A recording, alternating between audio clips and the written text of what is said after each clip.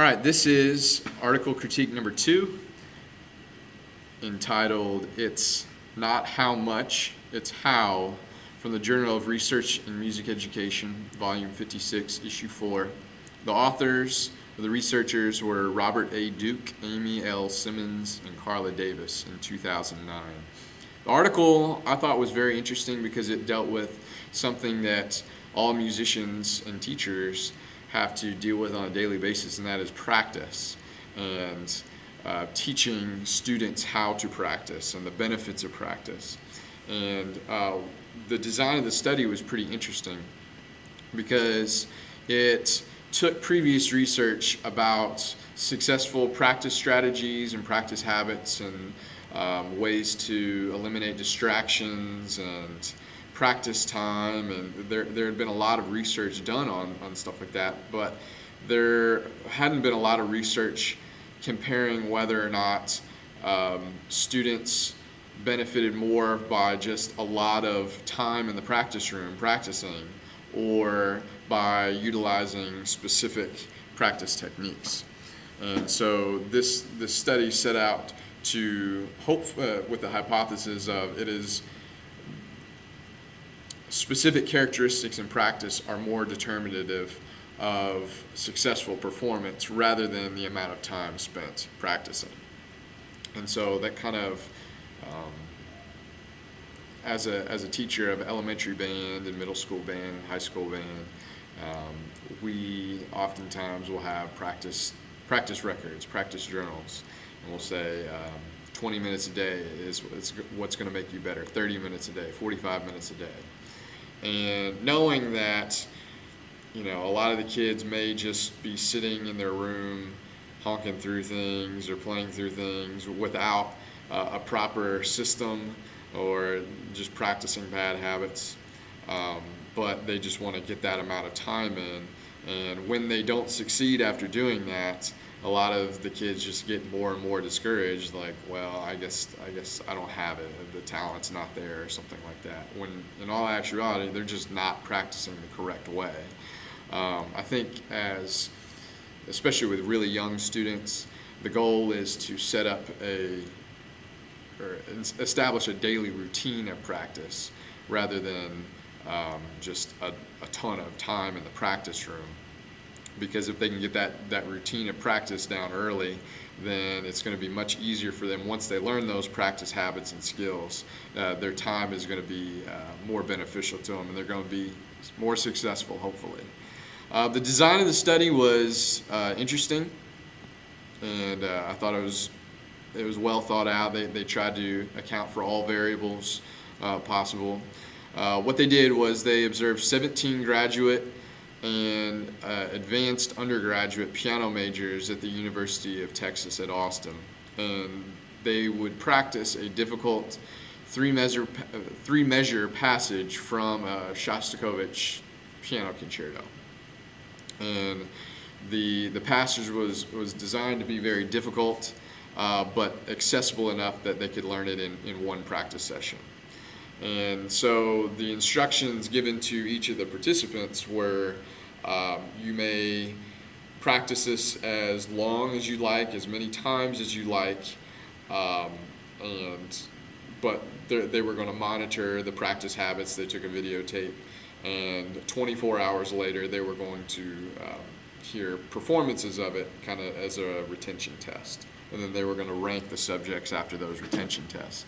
And they gave them the participants a pencil, a metronome, and a printed copy of the music. They gave them the metronome because the goal prescribed tempo was quarter note equals 120 beats per minute. What they found was, when they came back to do the retention test the next day, were that after the 15 times, they asked them to play it 15 times, there were some performers that were noticeably better than others. And so what they did to kind of rank that and organize that was they took a lot of different statistics, but most importantly, they recorded the number of incorrect trials incorrect performances, maybe if there was a stop or a pause or just wrong notes or rhythms or something like that. And then they measured the correct passages and the near correct passages, one that maybe had a small little blip. And what they did was they took the sum of the correct passages and the near correct passages, and then ranked the participants in order. And so what they found was every participant shared a few different practice techniques. And some of those included, again, these were college piano majors, playing with the hands together early on in practice time rather than separating the hands. The practice was with inflection early on, so they were following the musical markings, not really just hammering it home with the metronome. And they were trying to conceive the music rather than just the notes and rhythms early on. And I think that was just reflective of the advanced abilities of the participants when they took the study. They noticed that after the trials, that 3 of the participants were noticeably better than the other 14. And the 3 participants exhibited practice habits and practice traits that the other 14 didn't. They were the precise location and source of each air was identified, accurately rehearsed and corrected. The tempo of individual performance trials was varied systematically. There was logic.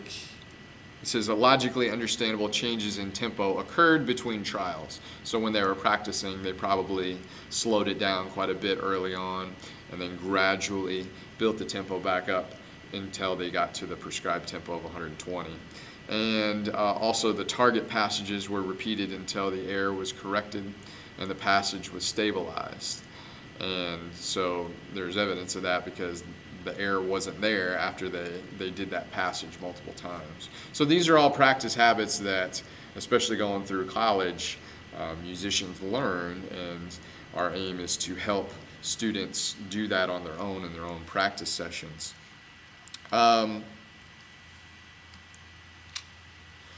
What I found was most interesting was that some of the participants,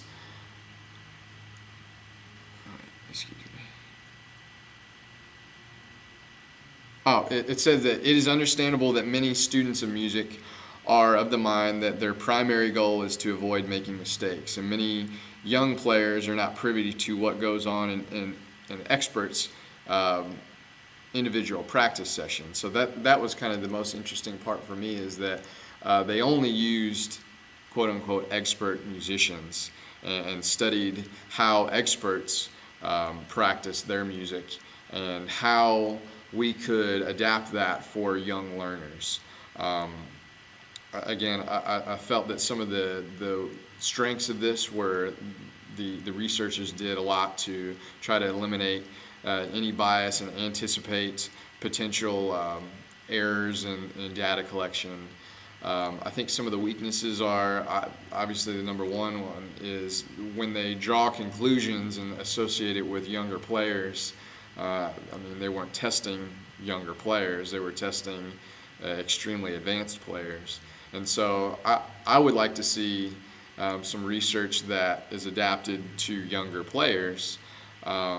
Obviously the music, instead of a piano concerto, maybe some things out of a method book, and have a control group and a group where you teach them specific practice strategies and just see the difference between the two groups in the amount of practice. But I think it was kind of reaffirmed a lot of people's belief that it's not about how much you practice, but it's how you practice and what techniques you use on a daily basis in your practice time. So once again, the title of the article is "It's Not How Much, It's How" from the Journal of Research in Music Education in 2009. Thank you very much.